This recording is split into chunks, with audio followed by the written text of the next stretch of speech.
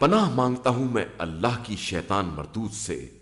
شروع نام سے اللہ کے جو بڑا مہربان نہایت رحم کرنے والا ہے۔ اللہ مظلوم کے علاوہ کسی کی طرف سے بھی علل اعلان برا کہنے کو پسند نہیں کرتا، اور اللہ ہر بات کا سننے والا اور تمام حالات کا جاننے والا ہے۔ تم کسی خیر کا اظہار کرو یا اسے مخفی رکھو یا کسی برائی سے درگزر کرو تو اللہ گناہوں کا معاف کرنے والا اور صاحب اختیار ہے۔ بے شک جو لوگ اللہ اور رسول کا انکار کرتے ہیں اور خدا اور رسول کے درمیان تفرقہ پیدا کرنا چاہتے ہیں اور یہ کہتے ہیں کہ ہم بعض پر ایمان لائیں گے اور بعض کا انکار کریں گے، اور چاہتے ہیں کہ ایمان و کفر کے درمیان سے کوئی نیا راستہ نکال لیں، تو در حقیقت یہی لوگ کافر ہیں، اور ہم نے کافروں کے لیے بڑا رسوا کن عذاب مہیا کر رکھا ہے۔ اور جو لوگ اللہ اور رسول پر ایمان لے آئے اور رسولوں کے درمیان تفرقہ پیدا نہیں کیا، خدا ان قریب انہیں ان کا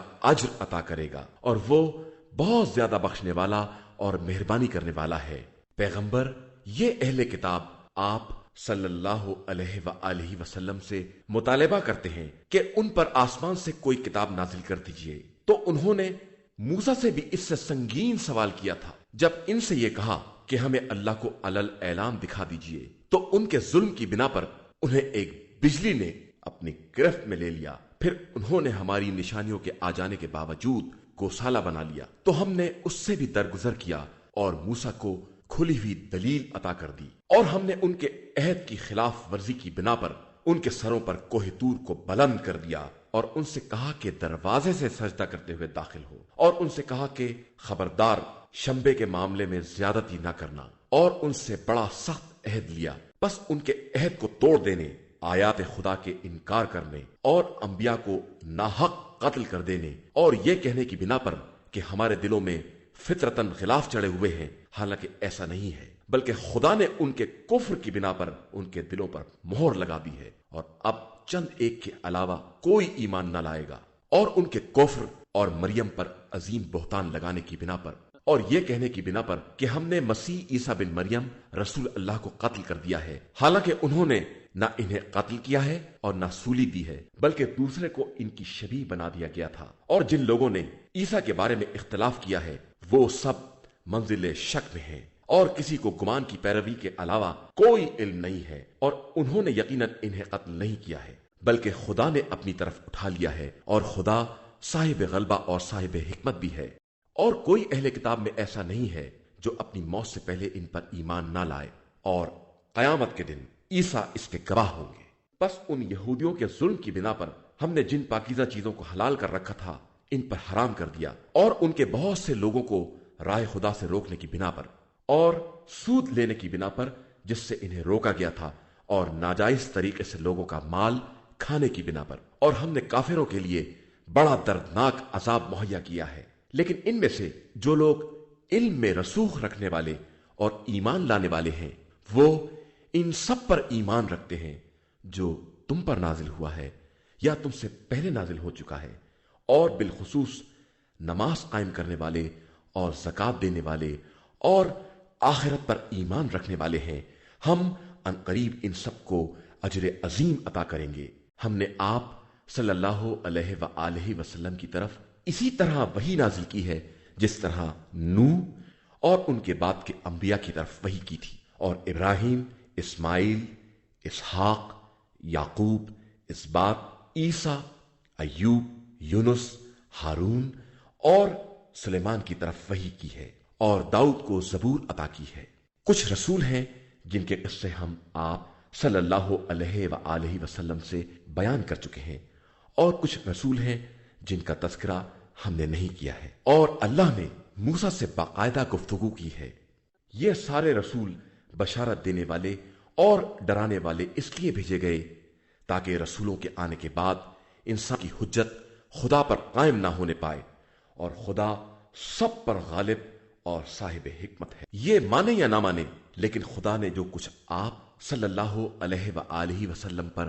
نازل کیا ہے وہ خود اس کی گواہی دیتا ہے کہ اس نے اسے اپنے علم سے نازل کیا ہے، اور ملائکہ بھی گواہی دیتے ہیں، اور خدا خود بھی شہادت کے لیے کافی ہے۔ بے شک جن لوگوں نے کفر اختیار کیا اور راہ خدا سے منع کر دیا وہ گمراہی میں بہت دور تک چلے گئے ہیں، اور جن لوگوں نے کفر اختیار کرنے کے بعد ظلم کیا ہے خدا انہیں ہرگز معاف نہیں کر سکتا اور نہ انہیں کسی راستے کی ہدایت کر سکتا ہے سوائے جہنم کے راستے کے، جہاں ان کو ہمیشہ ہمیشہ رہنا ہے، اور یہ خدا کے لیے بہت آسان ہے۔ اے انسانوں، تمہارے پاس پروردگار کی طرف سے حق لے کر رسول آ گیا ہے، لہذا اس پر ایمان لے آؤ، اسی میں تمہاری بھلائی ہے، اور اگر تم نے کفر اختیار کیا تو یاد رکھو کہ زمین و آسمان کی کل کائنات خدا کے لیے ہے، اور وہی علم والا بھی ہے اور حکمت والا بھی ہے۔ اہل کتاب، اپنے دین میں حد سے تجاوز نہ کرو اور خدا کے بارے میں حق کے علاوہ کچھ نہ کہو۔ مسیح عیسیٰ بن مریم صرف اللہ کے رسول اور اس کا کلمہ ہے جسے مریم کی طرف القا کیا گیا ہے، اور وہ اس کی طرف سے ایک روح ہے، لہذا خدا اور مرسلین پر ایمان لے آؤ، اور خبردار تین کا نام بھی نہ لو،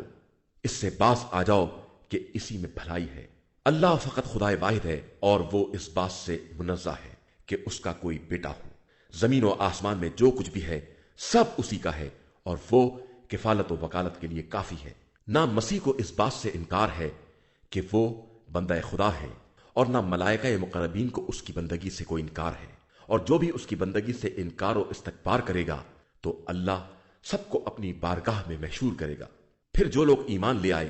اور انہوں نے نیک اعمال کیے انہیں مکمل اجر دے گا اور اپنے فضل و کرم سے اضافہ بھی کر دے گا، اور جن لوگوں نے انکار اور تکبر سے کام لیا ہے ان پر دردناک عذاب کرے گا، اور انہیں خدا کے علاوہ نہ کوئی سرپرست ملے گا اور نہ مددگار۔ اے انسانوں، تمہارے پاس تمہارے پروردگار کی طرف سے برہان آ چکا ہے، اور ہم نے تمہاری طرف روشن نور بھی نازل کر دیا ہے، پس جو لوگ اللہ پر ایمان لائے اور اس سے وابستہ ہوئے انہیں وہ اپنی رحمت اور فضل میں داخل کر لے گا اور سیدھے راستے کی ہدایت کر دے گا۔ پیغمبر، یہ لوگ آپ صلی اللہ علیہ وآلہ وسلم سے فتویٰ دریافت کرتے ہیں، تو آپ صلی اللہ علیہ وآلہ وسلم کہہ دیجئے کہ کلالہ کے بارے میں کہ خدا خود یہ حکم بیان کرتا ہے کہ اگر کوئی شخص مر جائے اور اس کی اولاد نہ ہو اور صرف بہن وارث ہو تو اسے ترکہ کا نصف ملے گا، اور اسی طرح اگر بہن مر جائے اور اس کی اولاد نہ ہو تو بھائی اس کا وارث ہوگا۔ پھر اگر وارث دو بہنیں ہیں تو انہیں ترکے کا 2/3 ملے گا، اور اگر بھائی بہن دونوں ہیں تو مرد کے لیے عورت کا دوہرا حصہ ہوگا۔ خدا یہ سب واضح کر رہا ہے تاکہ تم بہکنے نہ پاؤ، اور خدا ہر شے کا خوب جاننے والا ہے۔ شروع نام سے اللہ کے جو بڑا مہربان نہایت رحم کرنے والا ہے۔ ایمان والو، اپنے عہد و پیمان اور معاملات کی پابندی کرو۔ تمہارے لیے تمام چوپائے حلال کر دیے گئے ہیں، علاوہ ان کے جو تمہیں پڑھ کر سنائے جا رہے ہیں، مگر حالت احرام میں شکار کو حلال مت سمجھ لینا، بے شک اللہ جو چاہتا ہے حکم دیتا ہے۔ ایمان والو، خبردار،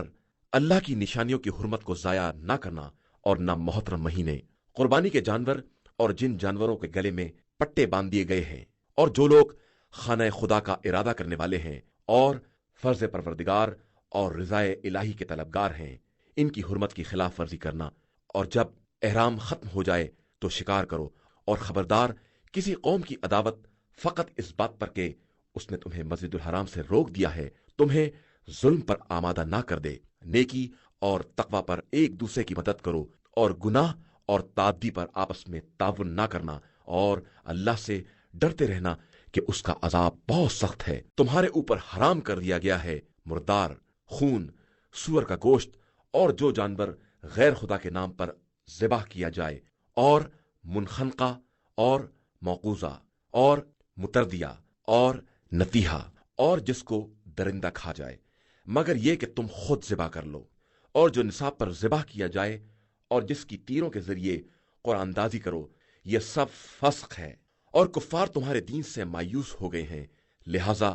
تم ان سے نہ ڈرو اور مجھ سے ڈرو۔ آج میں نے تمہارے لیے دین کو کامل کر دیا ہے اور اپنی نعمتوں کو تمام کر دیا ہے، اور تمہارے لیے دین اسلام کو پسندیدہ بنا دیا ہے، لہذا جو شخص بھوک میں مجبور ہو جائے اور گناہ کی طرف مائل نہ ہو تو خدا بڑا بخشنے والا مہربان ہے۔ پیغمبر، صلی اللہ علیہ وآلہ وسلم یہ تم سے سوال کرتے ہیں کہ ان کے لیے کیا حلال کیا گیا ہے، تو کہہ دیجئے کہ تمہارے لیے تمام پاکیزہ چیزیں حلال ہیں، اور جو کچھ تم نے شکاری کتوں کو سکھا رکھا ہے اور خدائی تعلیم میں سے کچھ ان کے حوالے کر دیا ہے، تو جو کچھ وہ پکڑ کر لائیں اسے کھا لو اور اس پر نام خدا ضرور لو، اور اللہ سے ڈرو کہ وہ بہت جلد حساب کرنے والا ہے۔ آج تمہارے لیے تمام پاکیزہ چیزیں حلال کر دی گئی ہیں، اور اہل کتاب کا طعام بھی تمہارے لیے حلال ہے، اور تمہارا طعام ان کے لیے حلال ہے۔ اور اہل ایمان کی آزاد اور پاک دامن عورتیں یا ان کی آزاد عورتیں جن کو تم سے پہلے کتاب دی گئی ہے تمہارے لیے حلال ہے، بشرطے کہ تم ان کی اجرت دے دو